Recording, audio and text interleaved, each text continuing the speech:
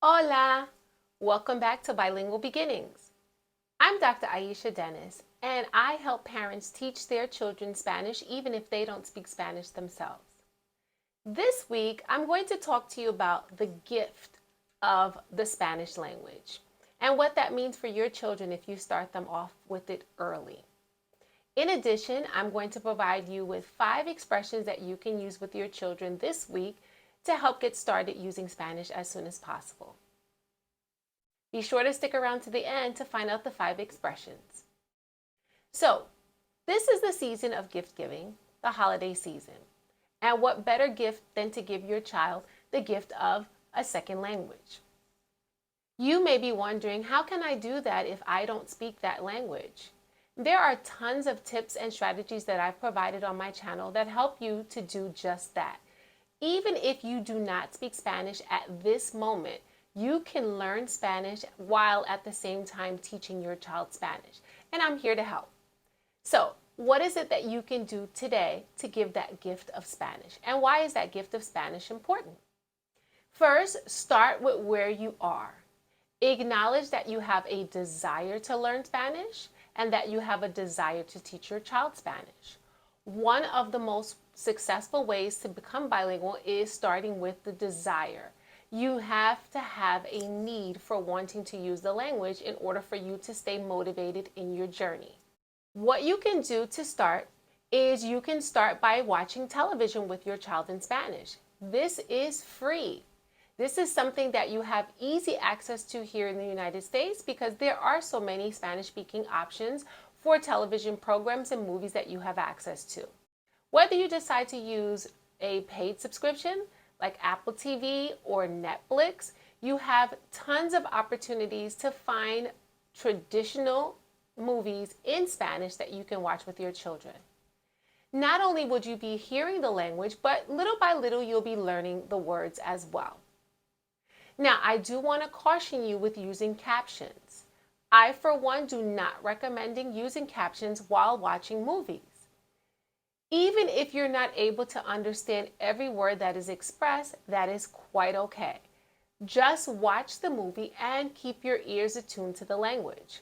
What's most important is that you're hearing native Spanish speakers in authentic situations, that you will hear vocabulary word in its natural state.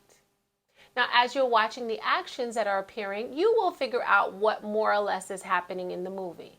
The more times that you watch the movie, the more you'll be able to pull out certain words and you'll begin to start to understand more and more what the characters are saying. I don't recommend that you use captions because captions will require that you are paying attention to reading instead of watching what's happening in the scenes. The next thing that you can do with your child to start teaching them Spanish while you're learning Spanish yourself is to start reading to them in Spanish with the help of YouTube. There are so many videos that you can watch that have a read aloud in Spanish that actually show you the pages and you can read along with the speaker.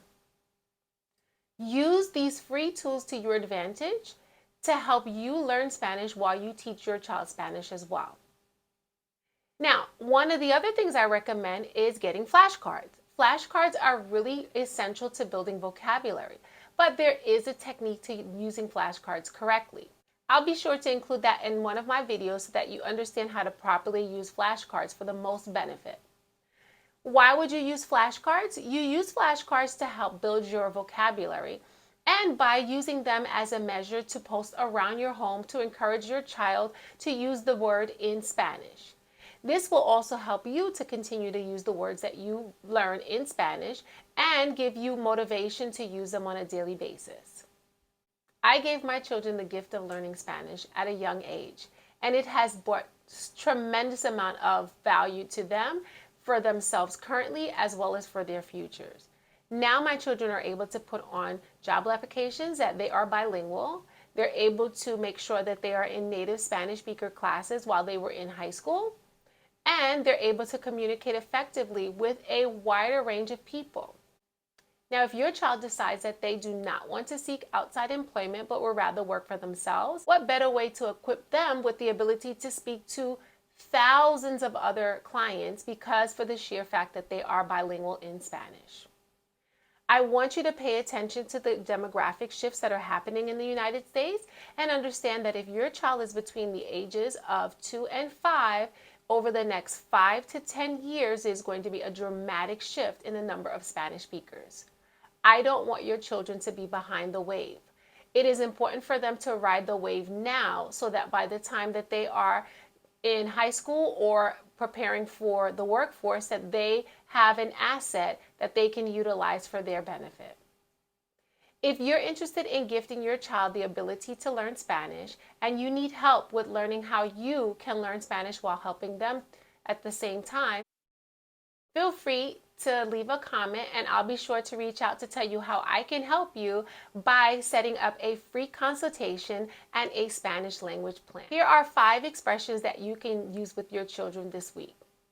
Knowing that this week around the holiday season, we're dealing in the United States with a massive storm that is affecting the majority of the United States, I thought it would be beneficial to help you learn 5 weather expressions that you can use with your children. So here we go. The first expression that you're going to use is está soleado. Está soleado. It's sunny. Está nublado. Está nublado. It's cloudy.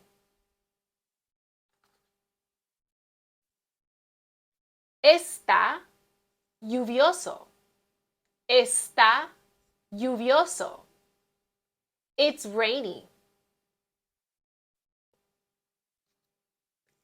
Está ventoso. Está ventoso. It's windy.